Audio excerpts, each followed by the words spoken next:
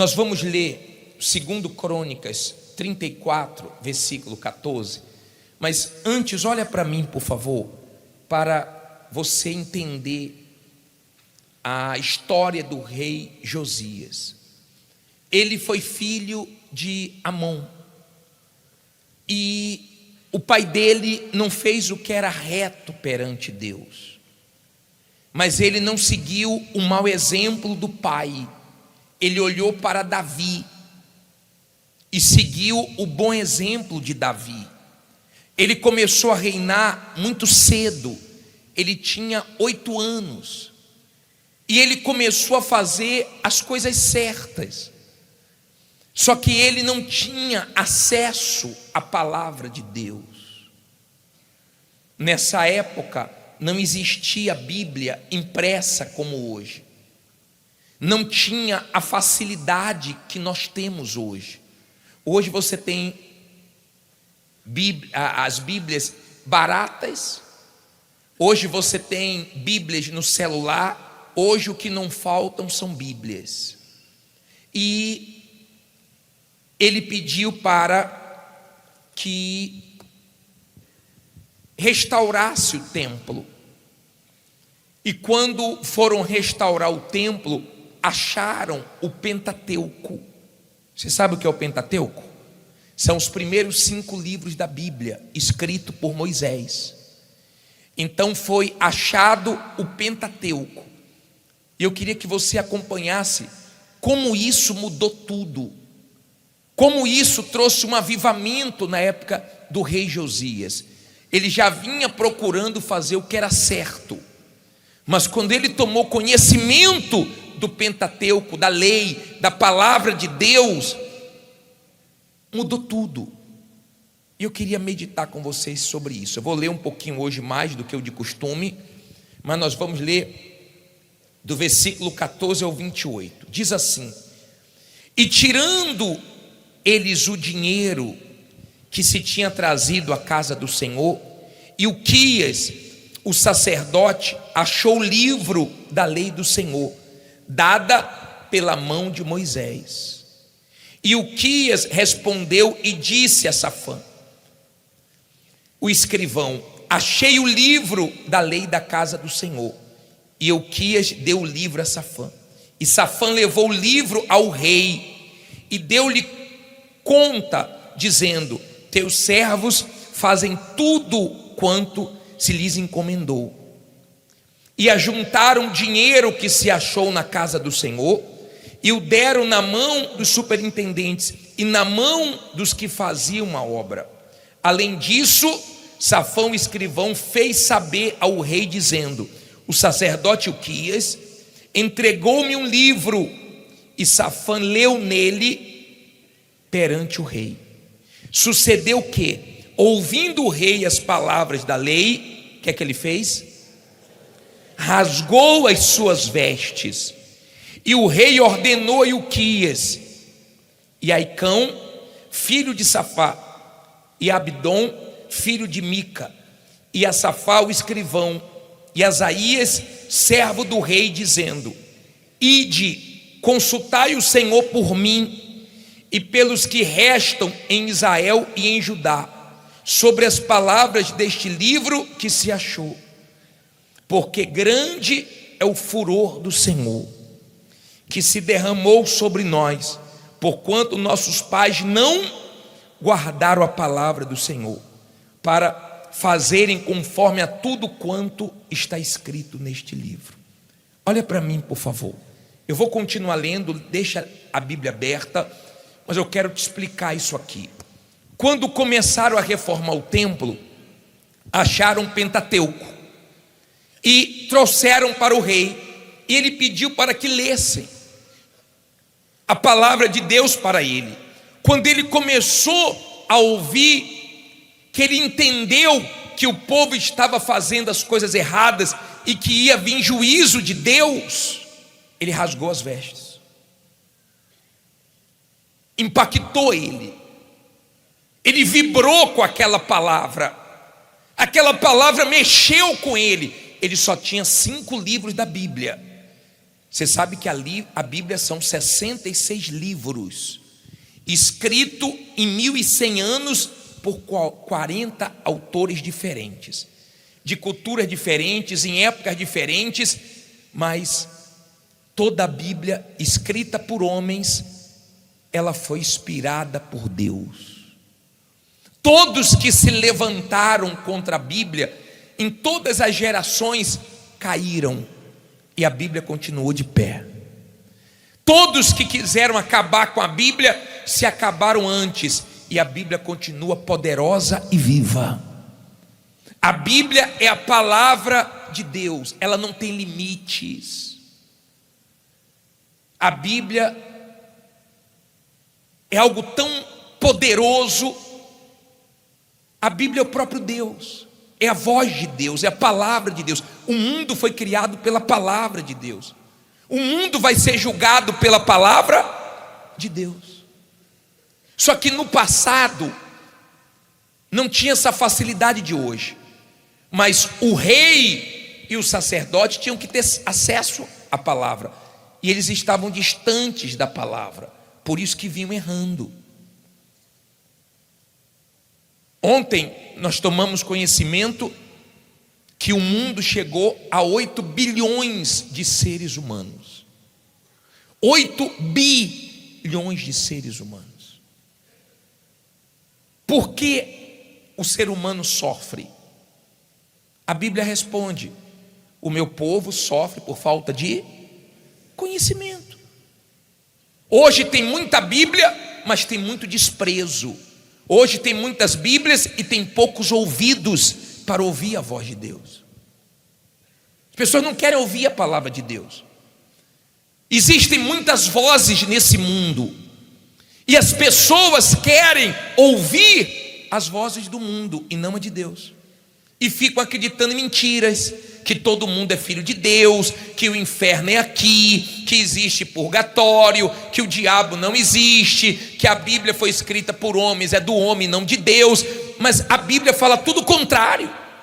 A Bíblia não fala que todo mundo é filho de Deus, todo mundo é criatura. Filho de Deus é quem nasce de Deus.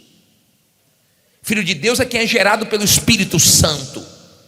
Filho de Deus tem que fazer a diferença nesse mundo. A palavra de Deus, ela é o maior tesouro que existe na terra. Hoje você vê as pessoas deixando a Bíblia largadas. Hoje você vê as pessoas deixando a Bíblia aberta no Salmo 23, 91. Hoje você vê as pessoas desprezando a palavra de Deus como nunca. E quanto mais você se afasta da palavra de Deus, mais você se aproxima do erro. Quanto mais você se aproxima da palavra, mais você se afasta do pecado e do erro. Então, ou a palavra de Deus vai te afastar do erro, ou o erro vai te afastar da palavra de Deus. O diabo odeia a palavra de Deus, por isso que é o livro mais perseguido, é o livro mais queimado, é o livro que é perseguido no mundo inteiro, mas é o livro mais vendido e mais traduzido para todas as línguas, e é o livro que vem permanecendo de geração em geração. Passa tudo menos a palavra de Deus. Se você enfrentar o diabo com a palavra, com o que está escrito, você vence como Jesus venceu. Nós nos alimentamos da palavra. Você quer ter fé? Não adianta orar. Não adianta pedir para alguém orar para você ter fé. Você quer ter fé? Ela vem de ouvir a palavra. A palavra é que fortalece. A palavra é que edifica a igreja, que anima. Eu amo a palavra. Eu amo a palavra. A palavra de Deus é tudo. A palavra de Deus é que mudou minha vida. Um dia, um filho de Deus pregou a palavra para mim e os meus olhos se abriram. Por isso que a minha vida hoje é pregar a palavra de Deus. Então você tem o rei que vinha fazendo as coisas certas, diferente do pai, mas não tinha o conhecimento da palavra. Quando teve o conhecimento, rasgou as vestes, mandou consultar a mulher de Deus. Não era o profeta nessa época, era uma mulher que profetizava. Nós temos muitas mulheres na Bíblia que foram usadas por Deus, e nós temos muitas mulheres hoje que são usadas por Deus. E a Bíblia diz assim no versículo 22: então Ilquias e os enviados do rei foram ter com a profetisa Uda, mulher de Salum, filho de Tacate, filho de Aras. Você vê aqui vários nomes. Isso aqui não é o que faz a diferença. Guarda das vestimentas, e habitava ela em Jerusalém, na segunda parte.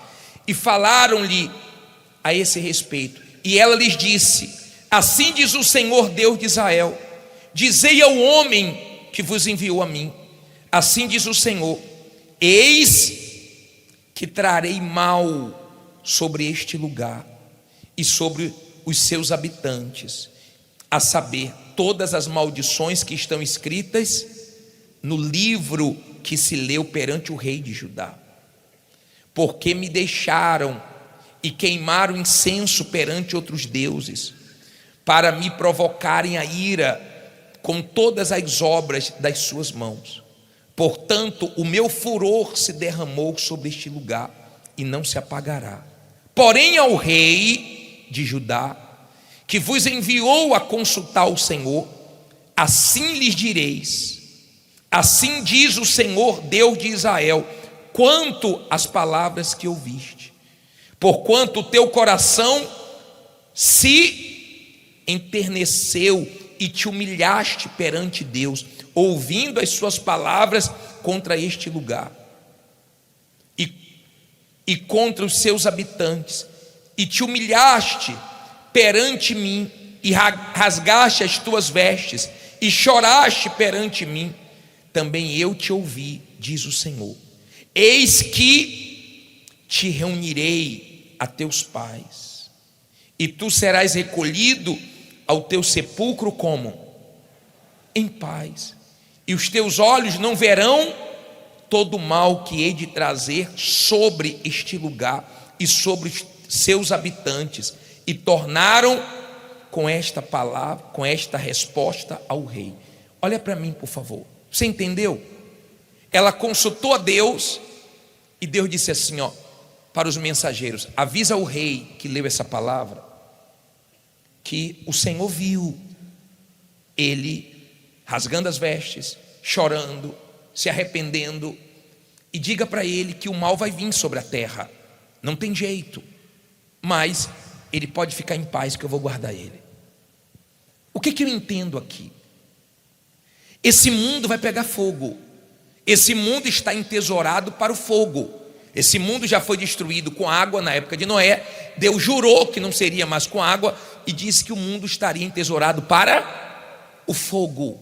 Esse mundo está perdido.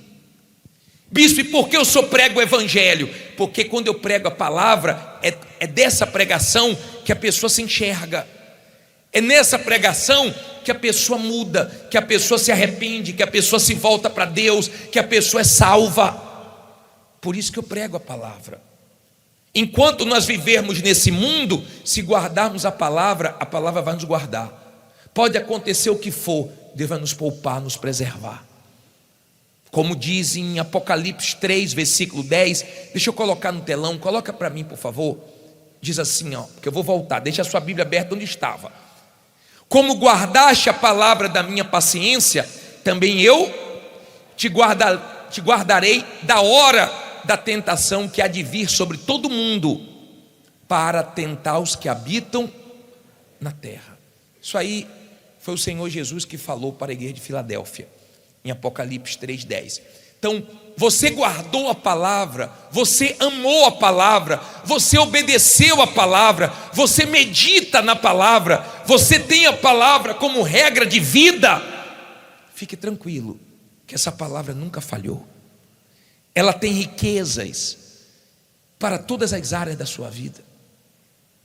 A lei do Senhor é perfeita e restaura a alma. Tudo que o diabo destruiu, desde a alma, qualquer coisa na sua vida, a palavra restaura. Só que Josias só tinha 5 livros, ouviu a palavra e rasgou as vestes e mudou. A minha tristeza é saber que tem gente aqui que já ouviu tantas palavras e não muda. Ouve tantas palavras e não larga o pecado, não larga o erro. Tem gente que está largando a palavra, está largando a igreja por causa do erro, mas não larga o erro por causa da palavra. É uma pena que você não deixa essa palavra te lavar. É uma pena que você não deixa essa palavra te mudar. Quando você medita na palavra, quando você lê a palavra, Deus vê a sua sinceridade, a sua intenção, se há verdade em você ou não. Eu sei que tem gente que está aqui para ouvir a palavra, ela ama a palavra, ela é guiada pela palavra, ela se fortalece com a palavra. Uma palavra, às vezes você está atribulado, você vai na Bíblia, um versículo salta aos olhos e te enche de esperança, de alegria, de força, porque a palavra de Deus é o nosso alimento, é o pão nosso de cada dia. E eu quero te encorajar a obedecer essa palavra. Eu quero te encorajar a ler essa palavra todo dia. Quem lê a Bíblia todo dia? Que bispo, todo dia eu leio a palavra de Deus. Faz assim, levante a mão, faz assim. Eu fico feliz com isso. Mas fico preocupado com você que não lê a Bíblia todo dia. É todo dia, não é um dia sim, outro não, é todo dia. Para mim isso é sagrado. Não só uma vez por dia, mas pelo menos uma vez por dia. Todo dia você pode ler. Não seja um cristão relaxado. Não importa quando você vier para a igreja, não importa o pastor que está fazendo culto. Você pode se identificar mais com um pastor do que com outro, mas por favor, o que abençoa a sua vida não é o pastor que está aqui, é a palavra que ele lê, é a palavra que você coloca em prática. Nós cantamos, nós louvamos, tudo isso é importante, mas não adianta cantar, louvar, se não tiver o quê? A palavra. O que muda a sua vida, o que transforma, o que abre o seu entendimento é a palavra. Quando você vier na igreja, confira se o pastor está lendo o quê? A palavra, porque você não vai comer na mão de ninguém, você não vai ser influenciado por ninguém, você influencia, mas você não é influenciado, ninguém me engana, sabe por quê? Por causa da palavra. Ame a palavra, não importa se sou eu, se é o pastor A, o bispo B, não importa. O que importa é que ele está pregando a palavra. Você pode gostar muito da gente, se você não põe em prática, não adianta nada se gostar da gente. Não adianta nada. Mas você pode estar aqui pela primeira vez, mas se essa palavra mexe com você e você se entregar a Jesus, você vai nascer de novo, você vai ter o Espírito dele, você vai ser filho, você vai ser salvo. Essa palavra vai poder te salvar, te fortalecer e mudar a sua vida. E basta um toque do Espírito Santo para abrir seu entendimento e você se curvar para essa palavra e deixar essa palavra guiar você. Essa palavra é lâmpada para os nossos pés, é luz para os nossos caminhos. Essa palavra é tudo. Esse é o maior tesouro, o que temos de mais valor. Guardar a palavra não é guardar numa prateleira, não é guardar numa estante, em um cofre. Guardar a palavra é guardar no coração e praticar ela e colocar em prática. É isso que Deus quer saber. Tanto Deus quanto o diabo está agora olhando para você, para ver o que você vai fazer com a palavra que você está ouvindo. Se você não vai fazer nada, para o diabo está ótimo você ter vindo aqui hoje, porque você não vai mudar, você não vai largar seu erro, seu pecado. Para o diabo está ótimo, porque o que você está ouvindo está entrando no ouvido e saindo pelo outro. Mas se você der ouvido e mudar, para Deus vai ser ótimo, porque Ele tem muita coisa para te dar, e sua vida vai ser salva. Amém? Eu não posso obrigar, Deus não trabalha obrigando, não existe obrigação na igreja. Deus instrui, Deus orienta, Deus mostra o caminho. Quem quer se dar mal, desobedece. Quem quer se dar bem, obedece.